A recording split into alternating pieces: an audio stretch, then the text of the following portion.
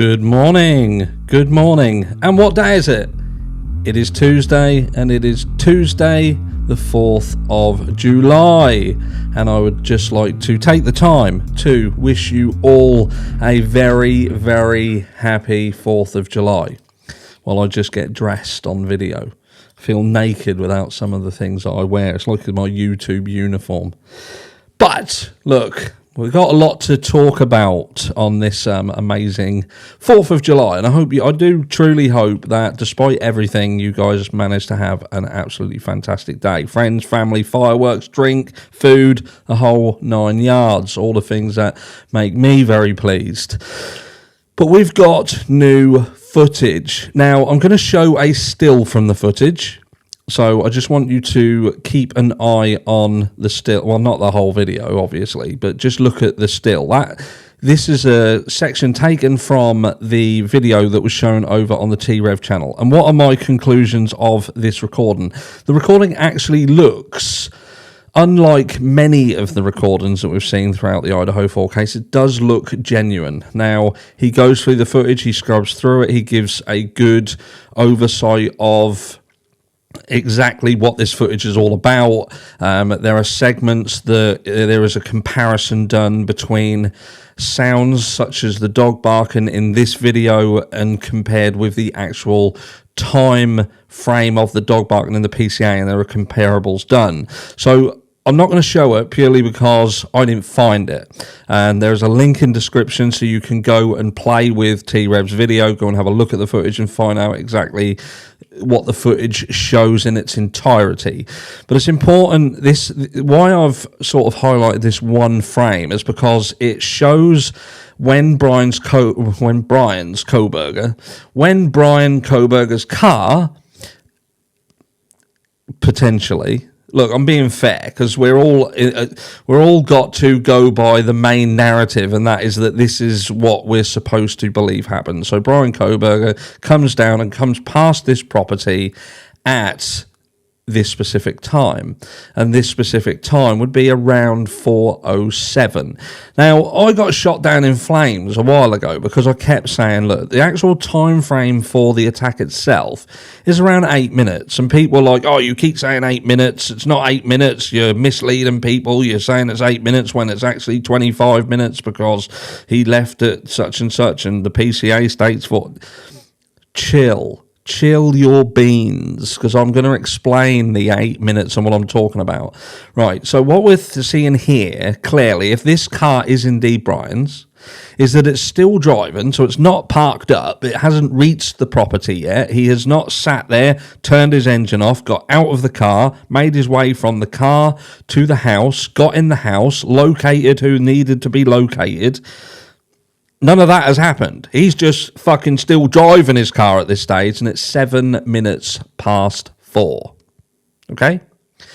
So even if you say from this clip and driving and parking, getting to the house, getting in the house, locating people, what do you want the time frame to say? What time do you want to say he entered the house? What, 10 past? Say 10 past? Say he entered at 10 past. Now, according to, again, the PCA, at least one of these victims was on social media at 4:12, or their phone was active on social media. So someone was on social media at 12 minutes past 4. So if we're saying he enters the house, he gets from the car to the house and gets into the house, and we give him 3 minutes to do it. So that's 10. Then you've got someone who's on social media at 12 minutes past, and then the car was seen leaving. So we're not talking about him leaving, but he's then got out of the house, got back to the car, got in the car, got car started and down the road at 20 past. So I think 8 minutes is... I think I'm being generous. And this footage further promotes the fact that the person who was driving this white Hyundai Elantra, this specific car, if they were the person who did it, they only had an incredibly short window of opportunity to do it. And this is the problem that I have, and I think this problem is something that many of you share, and that is that the struggle hasn't been so much as to whether Brian Kohberger did it. I don't think that's a big issue for many people. Like some people, it is an issue. It's an issue because our natural curiosity is that we want motive, and if motive is missing, it's hard. It's hard because you can't work out why it was done. You don't know, so you can't bring it to make sense in your brain. And if it doesn't make sense in your brain, then yeah, you simply struggle with it. You need to consolidate why someone did something to them doing it, and without that consolidation there, it's difficult. So, if this person enters this home on their own, could they have done this crime in the manner with which we're supposed to be led to believe it happened? And what I mean by that is he comes in the house, and again, what we've got to appreciate is what some other people have told us and what we can see through looking at images of this home. And that is that when you go in there, unless you are familiar with this property, genuinely familiar, you would struggle to know where you're going. You would struggle to know which door is a bedroom, which door is a cupboard, which door is a bathroom, unless all of the doors are wide open and you can just stroll on in, which I struggle to believe that if you've especially got males and females who have been out together, they've been drinking a bit, they've gone back home and they've gone in there, I can't see their rooms being open. We also heard that Dylan had opened her door in order to look out because she heard varying noises. So the doors were shut. So how did he know which door to go in? And how did he know who was going to be behind said doors? I've said this all along. I struggle with this, someone going into a house not knowing who's in this house and doing this crime. But anyway, that's by and by. The fact of the matter is this crime, in my opinion, was done in approximately 8 minutes. And like I said, it's not so much can we believe Brian Kohberger is involved. The issue is Brian Kohberger part of something else? Was somebody else involved with him? Did somebody else help? Did somebody else do it who did have the skills, did have the ability to do it in this amount of time, and Brian was just a smaller part of a bigger picture?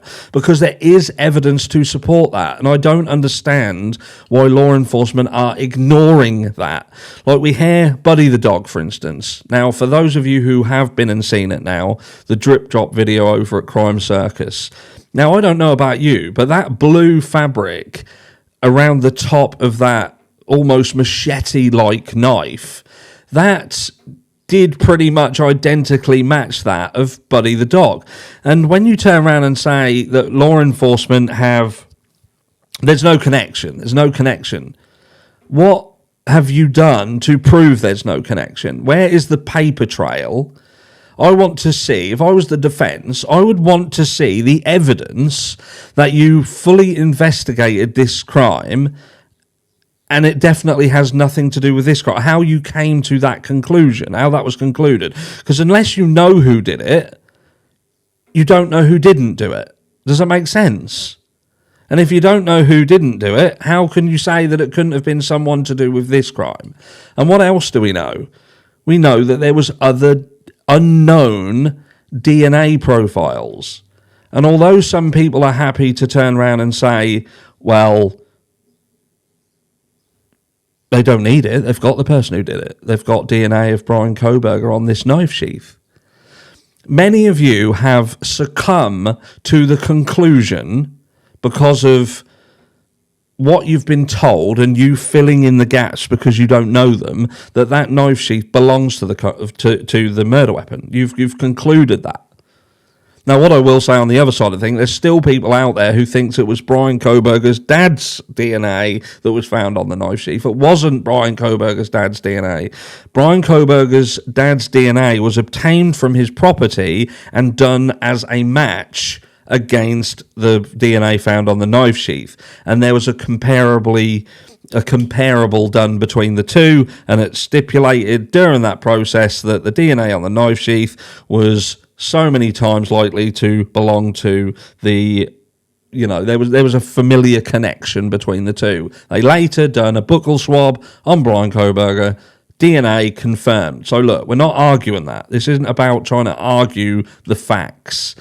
The argument is, look, did Brian Kohberger enter into this property on his own and do this crime? Now, what happens what if Brian Kohberger took someone to this property to do this crime? Would that not explain the DNA? And look, the be-all and end-all is if Brian Kohberger was part of, say, 3 or 4 people, or just 2 people, and he was the driver who took someone there, he is still as guilty as sin. Still as guilty as sin, and he deserves his punishment. But something is missing here. Something is very, very missing here. And just say if someone went with Brian Kohberger, they went into the house, but before they went in, they shook Kohberger's hand or something, or touched Kohberger some way, or Brian Kohberger touched them, and they've gone into the house with a knife sheath and left the knife sheath there that just happens to have a DNA from Brian, because the other person has gone into the house, cladded in gloves, Dylan? So clad in black, but Brian Kohberger's DNA is in there, and they've left him in there. Brian Kohberger turns around and says, was anyone else arrested? What he could have said was Brent arrested as well, or was someone else arrested? That was a fraudulent slip. But look, at the end of the day, what we want is justice. We want the truth. We want to know what happened. We want to know if it wasn't just as simple as Brian Kohberger did this crime. Brian Kohberger did it. He did it alone. He did it without any other influence with anybody else, and that's who did it. Now, if he was part of a duo or a trio, for instance, or as some would say, a quartet even, that's been mentioned, do the families not deserve to know who did that? Do they not deserve to know what really happened? That perhaps Brian Kohberger orchestrated it. He manipulated someone who was in a fragile situation, and he was able to manipulate someone into giving him what he was studying. Brian Kohberger seems to me more like a scientist doing an experiment than Shinobi the fucking ninja from the old Mega Drive games in the 1990s. He doesn't strike me as the assassin type. He strikes me as the person sitting in the chair stroking the white cat. Billions of dollars. That sort of thing. Do you know what I mean? I'm more of a thinker than a doer. He just strikes me that way. And I struggle to even see Brian getting his hands dirty. Maybe I'm an idiot, which I could well be. But people deserve the truth. How do people get cleared so quickly? How do they? I want to see the paper trail. If I was the defence, I want to see what questions you asked them. What did you do? How did you clear these people who were in this property when you've got an 8-hour time delay? What happened in that 8-hour time delay? I want to see the paperwork that has you questioning what happened during these 8 hours between what happened and you turning up. I want to know that. I want all of it. I want every fucking second accounted for. That's what I want as a defence. And with regards to the DNA, the 2 unknown DNAs, I want to know what you did to try and do a fair assessment of these samples that you did on my client. And if you didn't do them, I want an explanation as to why you didn't. Why you didn't, when you're trying to say that this guy did all of this on his own. Done it on his own. I want to know what proof you've got that he did it on his own. That he did it at all. He could have shook someone's hand and they went into the property, and that's how the DNA. And that's fucking real, guys. That's real. And I know it's a stretch, but people get convicted all the time who haven't done the crime. That's a fact. It's not fictitious. It's not tinfoil hat. It's not... We just want the truth. And I feel that there's too many things that have been ignored. Just... No, we've done our work. Well, show where you've done the work. Show us. That's what Ann Taylor is asking for. She wants all of the reports. She wants to know who was involved in the reports. She wants everything because they deserve everything. They should get everything. Because again, even if Brian Coburg was just the driver, and didn't enter the house, he is still in a position to then be able to question, how did you get my DNA in the house? Prove it. Get it. Show us how you got the whole thing, the whole 9 yards. Prove that I was in there doing the crime. They haven't got to prove that he just turned up on Moscow and drove his car there. They have got to prove he did the crime beyond a reasonable doubt. That's it.